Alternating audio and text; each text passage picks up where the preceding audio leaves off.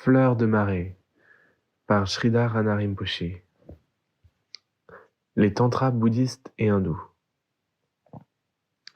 Une autre grande confusion est que le tantra bouddhiste est le résultat de l'influence du tantra hindou sur le bouddhisme. Mais le fameux iconographe indien Bhinotosh Bhattacharya a amplement prouvé que c'était l'inverse. Le tantra hindou s'est développé après que le tantra bouddhiste, Vajrayana, ait atteint son apogée dans le sous-continent indien. La littérature tantrique hindoue la plus vieille est le Pichu Tantra, aussi appelé Rudrayamala, et le Brahmayamala. Il mentionne très clairement que Vashishta alla au Mahachayana, Tibet, pour étudier les méthodes tantriques avec Shivarupi Bouddha. De plus, jusqu'au XIIe siècle, les Tibétains descendaient dans les plaines brûlantes de l'Inde pour étudier les principes du Vajrayana dans les grandes maisons d'apprentissage comme Nalanda, Bikramashila, etc.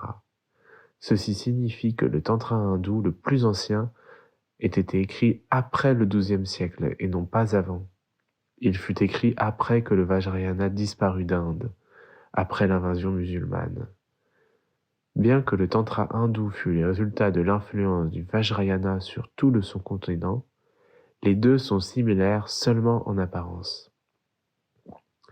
Une exploration plus profonde dans les deux systèmes montre une énorme différence non seulement des paradigmes, mais également des principes fondateurs, des chemins suivis et des objectifs finaux de chacun. Les systèmes du tantra hindou sont très diversifiés. Certains sont basés sur Shakti, d'autres sur Shiva et d'autres encore sur Vishnu. L'objectif de la plupart d'entre eux est de s'unir avec la déité pour finalement atteindre les états de Brahma, Parasamvit ou Sambhava.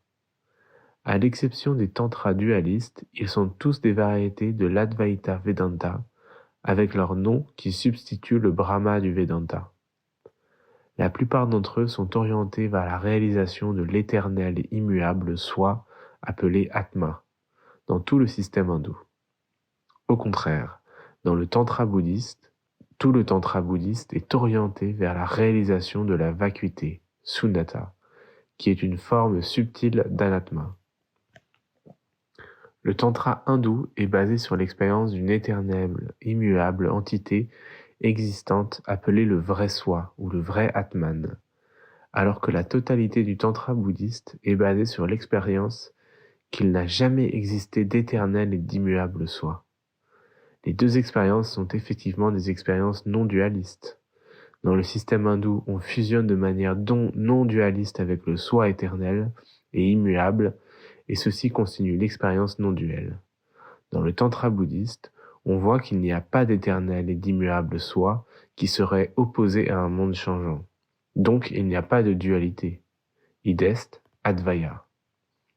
Beaucoup d'érudits ont été confus par des mots similaires comme Advaita et Advaya, ou beaucoup d'autres utilisés dans les deux systèmes, et ont cru qu'ils étaient deux versions de la même chose.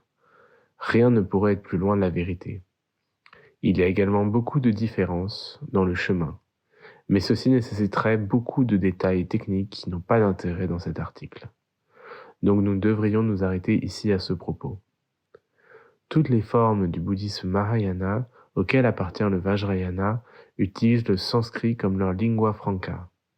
Comme l'hindouisme et le tantra hindou utilisent également le sanskrit, et parce que le bouddhisme et l'hindouisme se sont développés d'abord et avant tout dans le milieu culturel du sous-continent indien, il n'est pas surprenant que des mots similaires soient utilisés dans les deux systèmes.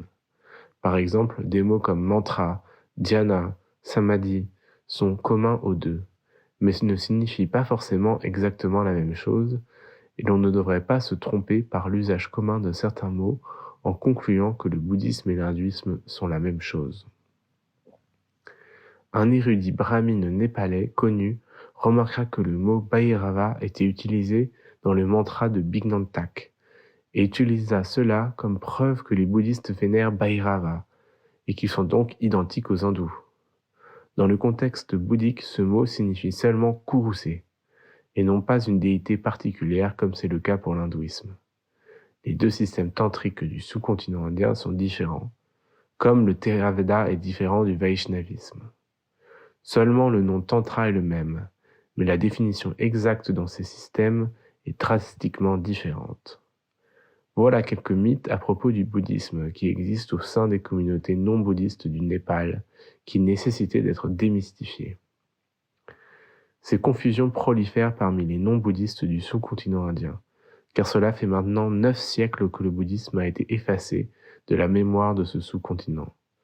Il est commun que des rumeurs absurdes se répandent comme une traînée de poudre en l'absence d'informations authentiques.